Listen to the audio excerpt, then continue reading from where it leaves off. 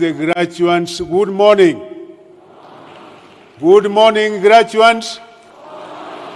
Your Excellency, we want to thank you very much for the visionary and wise decision that you took many years ago to initiate and start the technical and vocational training institutes, because what you started, Your Excellency, is what has brought us here today, because you are able to see what is happening internationally and what is happening globally, and that what will solve the kind of problems we have as a country, particularly on unemployment, is by giving these young people the necessary required technical skills. Your Excellency, we want to give assurance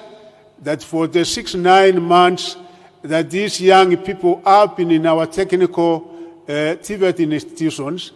they have actually acquired the necessary required skills and competencies,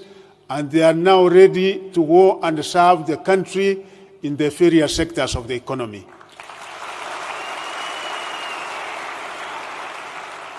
Your Excellency, these people here are passionate, they are committed, and we also thank you because of the kind of programs that your government, your administration has been able to provide, because again, there is the housing program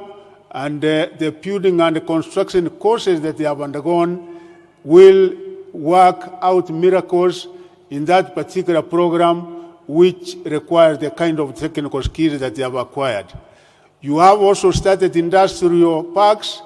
where some of them will be able to participate in value addition, agro-processing. You have also started quite a number of other programs which these people will be able to fit in, Your Excellency, and we want to assure you,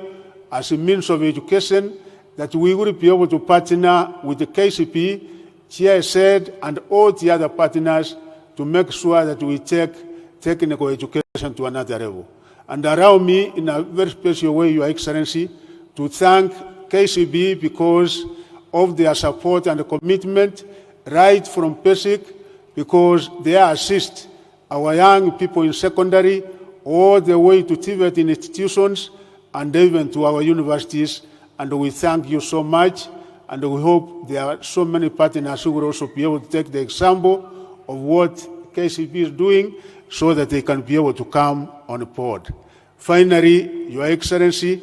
we also want to assure the thousands of young people in our TVET institutions that the courtesy of the funding program that you have come up with, all of them will be funded by government, and including our university students, Your Excellency.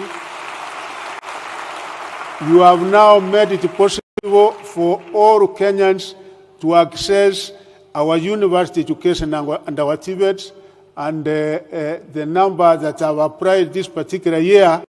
government will be able to fund almost 100%, particularly those coming from the poor backgrounds. And for that, we thank your government, Your Excellency.